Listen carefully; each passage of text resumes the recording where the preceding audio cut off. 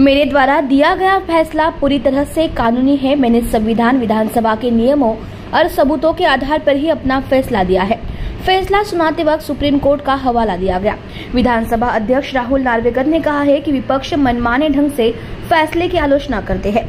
शरद पवार की party NCP के 10 विधायकों को अयोग्य न ठहराने के विधानसभा अध्यक्ष के फैसले पर खिलाफ दायर याचिका का संज्ञान लेते हुए हाईकोर्ट ने बुधवार को विधानसभा अध्यक्ष राहुल नार्वेकर समेत शरद पवार के जयंत पाटिल, अनिल देशमुख और 10 विधायकों को नोटिस जारी किया।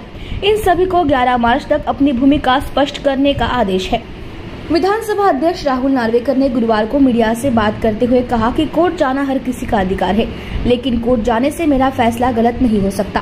फैसला खिलाफ आने पर आलोचना तो होती ही है। राष्ट्रपति और न्यायालय के बारे में पहले भी गलत बयानी की जा चुकी है।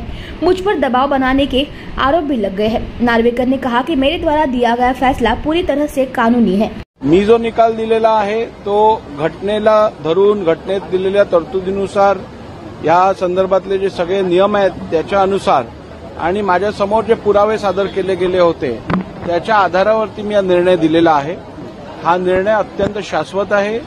यात निर्णय देण्यापाठची कारणं आणि वस्तुस्थिती या संदर्भात माझ्या निर्णयात पूर्ण त्याचा उल्लेख केला गेला आहे। त्यामुळे माझ्या मते हा लीगली टेनेबल आणि जस्टिफाईड निर्णय आहे आणि मला वाटत नाही याच्यात कुठच्याही प्रकारची घटनाबाह्य अथवा नियमबाह्य किंवा कुठच्याही प्रकारची इल्लिगॅलिटी या निर्णयात दिसते।